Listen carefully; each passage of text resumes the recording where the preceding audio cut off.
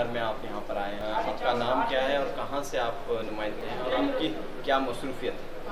मेरा नाम नकुलन, मेरा ताल्लुक़ रियासत केरला से है। फ़िलहाल मैं केरला के कालीकट यूनिवर्सिटी के उर्दू डिपार्टमेंट के सदर शोबा की हैसियत से काम कर रहे हैं। तो कैसे सर आप उर्दू से आपका ताल्लुक़ कैसे पैदा हुआ? एक इसके बारे में क्या कहना है ना, एक्सीडेंटल वाक़या है कि मेरा भाई साहब, बड़े भाई साहब, वो एक अच्छा स्कॉलर है। उसने कहा आप उर्दू पढ़ो। हालांकि मैं मलयालम बीए क्लास में ज्वाइन हो चुके थे उस वक्त तक, मगर जब उसने मुझे ये मशवरा दिया तो मैंने उर्दू पढ़ना शुरू किया। अलिफ बे से डिग्री क्लास में उर्दू शुरू किया और उसी दौरान मुझे गालिब का तर्जुमा, मालिक राम का एक तर्जुमा है, गालिब के गज़लों के अशार का तर्जुमा, वो मुझे बहुत अच्छा लगा, बहुत दिलचस्प महसूस हुआ। तो मैं मेरा मुताला जारी रखा और मेरे असातिज़ा कराम, वो हैदराबाद से आए हुए मीर अहमद अली साहब हैं, शेख गौस मोहिद्दीन साहब हैं, ऐसे अहले ज़बान असातिज़ा के निगरानी में मुझे डिग्री हासिल करने का मौका नसीब हुआ। और आला तालीम के लिए मैं डिग्री के बाद मद्रास में गए, मद्रास यूनिवर्सिटी के शोबे अरबी फ़ारसी उर्दू में ज्वाइन किया और वहाँ से मैं प्रोफेसर नजमुल हुदा साहब, प्रोफेसर सफ़ीउल्लाह साहब और प्रोफेसर वहीद अशरफ साहब जैसे अहले ज़बान के निगरानी में मेरी पीजी तालीम भी हुई है। तो फिलवक्त जो है कितने सालों से आप वहाँ पे काम कर रहे हैं? मैं एक उस्ताद की हैसियत से पहले केंद्रीय विद्यालय में इसकी शुरुआत हुई, मगर बाद में 1997 में मैं कॉलेज में उर्दू लेक्चरर की हैसियत से मेरा तकर्रुर हुआ। उसके बाद मैं श्री शंकराचार्य यूनिवर्सिटी, संस्कृत का यूनिवर्सिटी है, केरला के वाहिद यूनिवर्सिटी है और हिंदुस्तान के वाहिद संस्कृत यूनिवर्सिटी है जहाँ उर्दू पढ़ाई जाती है। इसी यूनिवर्सिटी के लेक्चरर की हैसियत से मेरा तकर्रुर हुआ। तकरीबन 21 साल तक मैं इसी यूनिवर्सिटी से मुंसलिक रहा और रिटायर होने के बाद लास्ट 2021 से मैं कालीकट यूनिवर्सिटी में वहाँ के चेयरमैन की हैसियत से पीजी बोर्ड ऑफ स्टडीज़ के चेयरमैन और साथ ही साथ वहाँ के डिपार्टमेंट के कोऑर्डिनेटर, पोस्ट ग्रेजुएट डिपार्टमेंट के कोऑर्डिनेटर की हैसियत से काम कर रहे हैं। कैसे सर? उर्दू का सिचुएशन केरला में बहुत खुशगवार है, इसलिए कि हालांकि उर्दू केरला के किसी की मादरी ज़बान नहीं है, बोलचाल की ज़बान नहीं है, मगर हुकूमत की तरफ से हमें सपोर्ट मिल रहे हैं, तावन मिल रहे हैं। तो 5वीं कक्षा से स्टूडेंट्स को मादरी ज़बान के साथ उर्दू पढ़ने का मौका वहाँ नसीब है। सरकार देखिए, केरला में तकरीबन 1400 के करीब उर्दू असातिज़ा हैं। ये 1400 उर्दू असातिज़ा 1400 स्कूलों में काम करते हैं और वहाँ अगर 10 बच्चे उर्दू पढ़ने के लिए तैयार हैं तो स्कूल में उर्दू फर्स्ट लैंग्वेज के साथ, फर्स्ट लैंग्वेज से मतलब मलयालम के साथ पढ़ने की सहूलतें फराहम की गई है। अभी 10th स्टैंडर्ड के बाद 10th स्टैंडर्ड में बच्चे उर्दू रस्मुल ख़त में पब्लिक एग्ज़ाम लिखकर निकलते हैं और उसके बाद हायर सेकेंडरी लेवल पे उर्दू रस्मुल ख़त में इम्तहान देते हैं और डिग्री लेवल पे भी इसकी सहूलतें हैं। सरकार की तरफ से फुल सपोर्ट है हमें। केरला के 12 कॉलेजों में उर्दू है, उर्दू एज ए सब्जेक्ट, और इनमें 3 कॉलेज में कोर सब्जेक्ट के तौर पर उर्दू पढ़ाई जाती है।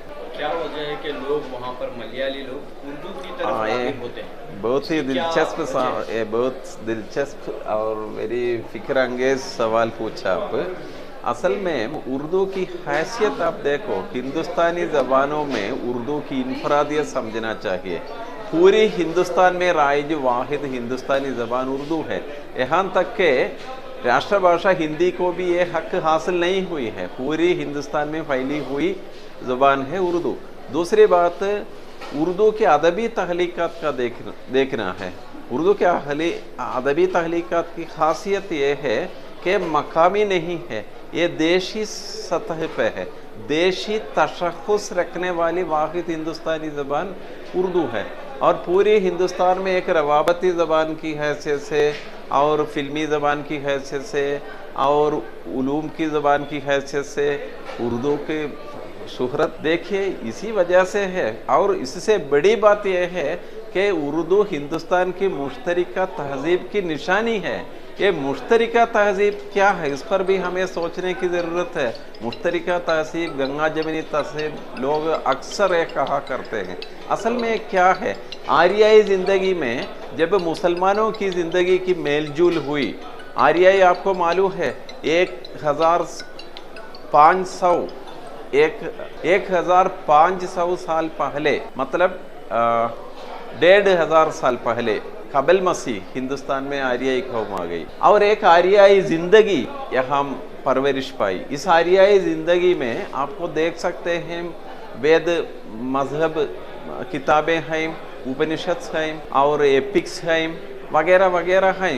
इल्म के मैदान भी मुख्तलिफ उलूम में भी काफ़ी तरक्की हासिल हुई है और एक आर्याई ज़िंदगी हम आगे की तरफ बढ़ती जा रही थी। उसी दौरान सही तौर पर कहता है तो 1193 में मुसलमान लोग आए और 1206 में हिंदुस्तान में सल्तनत गुलामाना के कायम हुई और उसी ज़माने से लेकर सल्तनत गुलामाना के ज़माने से लेकर 1857 के पहले जंग आज़ादी के ज़माने तक तकरीबन 600 साल तक हिंदुस्तान में मुसलमानों की हुकूमत से मतलब यह है कि फ़ारसी ज़बान की हुकूमत रही। इस फ़ारसी ज़बान के तवस्सुत से अरबी ज़बान भी हिंदुस्तान तक पहुंची। अज़मन वस्ता के सबसे तरक्की याफ्ता तहज़ीब अरबों की तहज़ीब है, ख़ासकर बगदाद की तहज़ीब है, बगदाद के उलूम है। ये अरबी ज़बान और उसके उलूम और उसके फ़न व अदब फ़ारसी ज़बान के तवस्सुत से हिंदुस्तान में आई और यही फ़ारसी ज़बान 6 साल तक हिंदुस्तान की ज़िंदगी से इसकी मेलजूल हुई है। फ़ारसी और हिंदुस्तानी ज़बानों के मेलजूल हुई है। असल में ज़बान क्या चीज़ है, ज़बान ज़िंदगी की क्या है, ज़बान हमारे तबादला ख़यालात का एक वसीला ही है। उसमें क्या झलकती है, इसमें ज़िंदगी झलकती है। इसी उर्दू में और इस मिडीवल पीरियड के ज़िंदगी में क्या झलकती है, इन दोनों के मेलजूल के नतीजे पर जो ज़िंदगी वजूद में आई है उसे हम मुश्तरका तहज़ीब की ज़िंदगी कहते हैं। उसकी हामिल ज़बान है उर्दू। इस वजह से है कि केरला के सरकार मुश्तरका तहज़ीब की नुमाइंदगी के तौर पर उर्दू को फर्स्ट लैंग्वेज के साथ पढ़ाई जाती है। मेरा नाम नकुलन है, यानी ये पंज पांडव में नकुल एक कैरेक्टर है, 5 किरदार है।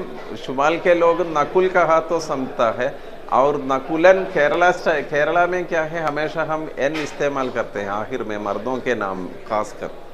तो मेरा नाम नकुल है मगर मलयालम में नकुलन और ख़ानदानी नाम खंडोत वलपिल है, नकुलन खंडोत वलपिल, दैट इज़ माई फुल। आप केरला के एजुकेटेड कम्युनिटी है। सर मैं बोलता हूँ कि सवाल है सर, आप एक मलयाली हिंदू हैं लेकिन आपने उर्दू को इख्तियार किया, उर्दू ज़बान को जो है अपना पेशा बनाया, अपना शौक़ बनाया, तो कितनी आपको ज़ाती तौर पर? बिल्कुल खुशी हूँ मैं, इसलिए कि हिंदू और उर्दू से कोई फ़र्क नहीं पड़ते। उर्दू हिंदुस्तान के आवाम की बोली है। ये तहरीक आज़ादी के एक ज़माने में ये तफरीक़ात, ये डिवीज़न हुई है। उर्दू हिंदुस्तान की हर दिल अज़ीज़ ज़बान है, इसकी कोई मज़हब नहीं है, इसकी कोई ज़ात पात नहीं है, इसमें हिंदू मुसलमान खाने की ज़रूरत ही नहीं है मेरे ख्याल।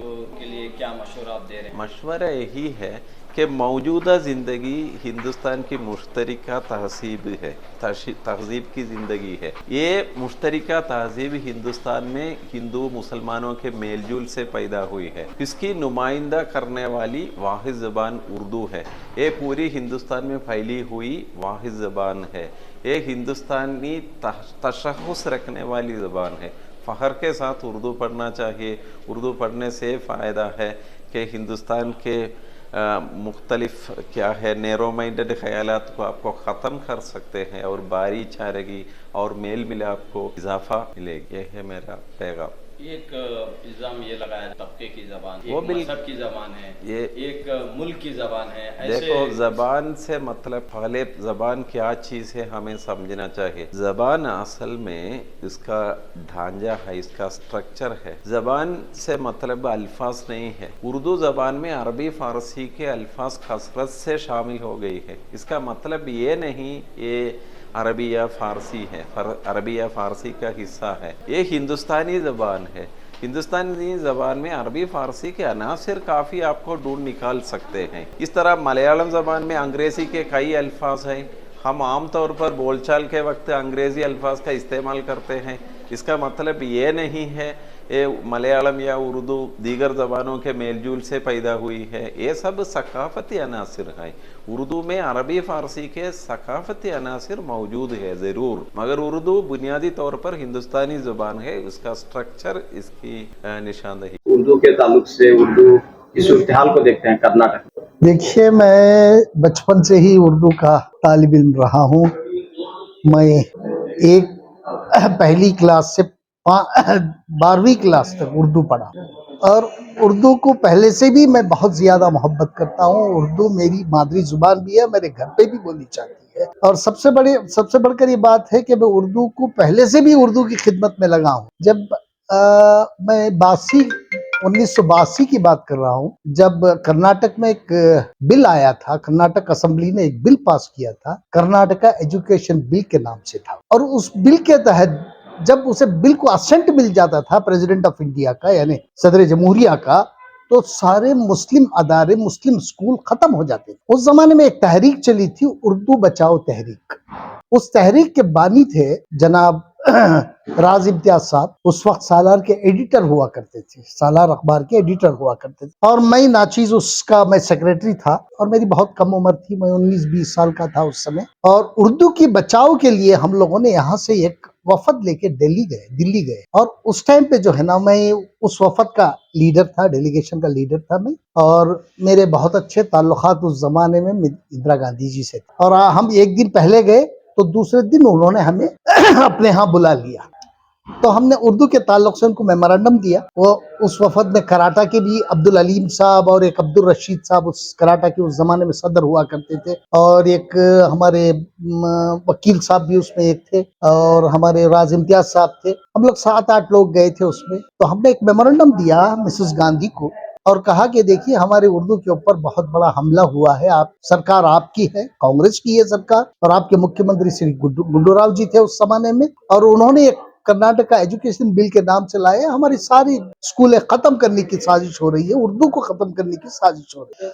तब उन्होंने उस जमाने में डॉक्टर जैल सिंह साहब सदर जमहूरिया थे, उन्होंने कहा मेमोरेंडम, उन्होंने कहा, बिठाया, हमें चाय वाय पिलाया। उसके बाद उन्होंने मेमोरेंडम पूरा पढ़ा, पढ़ने के बाद कहा कि नहीं, ऐसा नहीं होगा, मैं ये कोशिश करूंगी कि इसको यही दबा दिया जाए, इसको आगे बढ़